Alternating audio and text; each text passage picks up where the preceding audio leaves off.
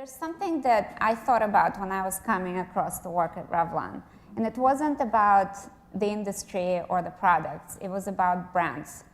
And for me, working at Coke, first and foremost, was the privilege of working on an iconic brand.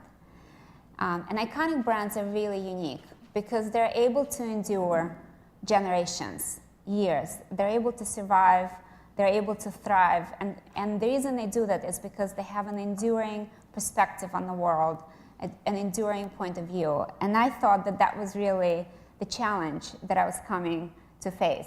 How do you reignite this amazing, iconic brand? In today's world, what is really evident is that it's no more for us marketers about a point of difference. It's really about a point of view. And 20 years ago, when I was starting out, people talked about a dialogue that a brand has with its consumers. But this dialogue was a little bit forced.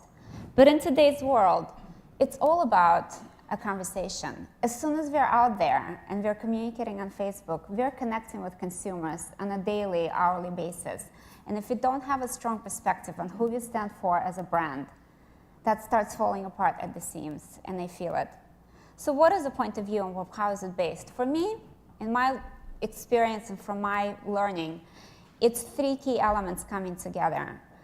Brand point of view sits at the heart of cultural relevance, universal values, and consumer relevance. And Coke is a very good example. Coke was never about just a beverage.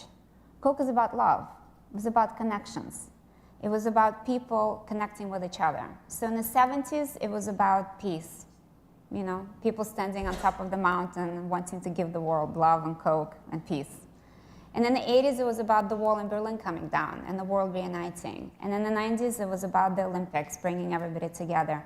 And in today's world, it's about the world facing up to the economic crisis. But at the end of the day, it's about connecting generations and connecting people. So here I was in New York. It's good to say we're going to come back and reignite the Revlon brand. But how do you do that?